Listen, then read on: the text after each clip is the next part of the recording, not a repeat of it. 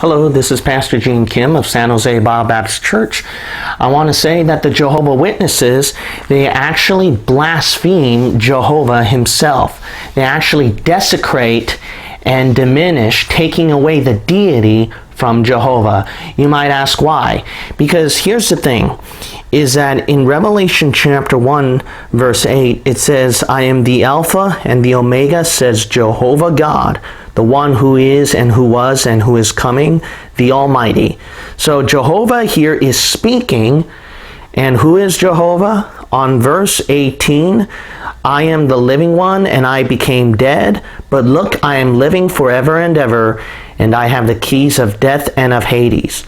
Notice in verse 18, Jehovah was alive, then dead, and then brought back to life again. Who is that? That's Jesus Christ. However, Jehovah Witnesses, as you might notice from this picture right here, is that this Jehovah Witness, they try to separate Revelation 1 verse 8 from Revelation chapter 1 verse 17 through 18. Because this is Jesus, right here is Jehovah. They want to separate the two. Now, here's something that Jehovah Witnesses got to understand, is that if Jesus is Jehovah, and they try to separate and take away that deity from Jesus, you see, then they are blaspheming Jehovah. They are taking away the deity from God himself, if it's true that Jesus is Jehovah. Now let's compare several verses and see if this is so or not. Notice that they try to separate verse 8 from 17 through 18. But if you notice these 2 points right here, it's going to be impossible. Let's first cover this part right over here, okay, at the bottom. So notice right here that at Revelation chapter 1 verse 8, Jehovah says, I am Alpha and Omega. On verse 17, Jesus right here, Revelation 1, 17 to 18, he says that he is the first and the last. Jehovah Witnesses, they say that because Jesus said, I am the first and last, first implying that he had a beginning. So he is not eternal like God.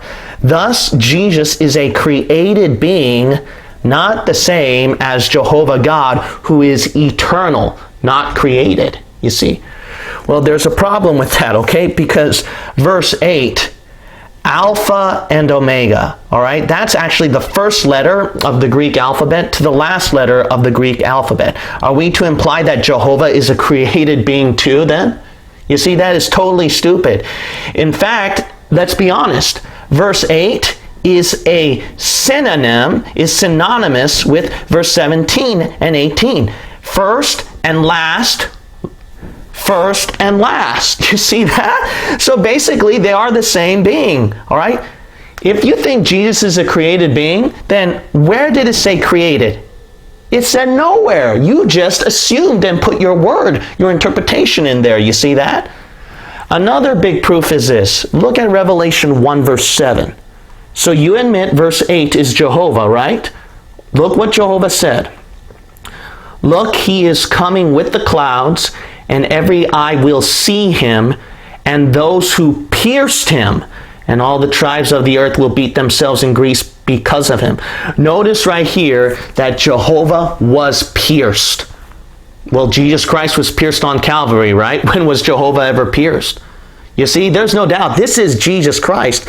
Revelation 1, 7 and 8, there's no doubt, is parallel with Revelation 1, 17 and 18.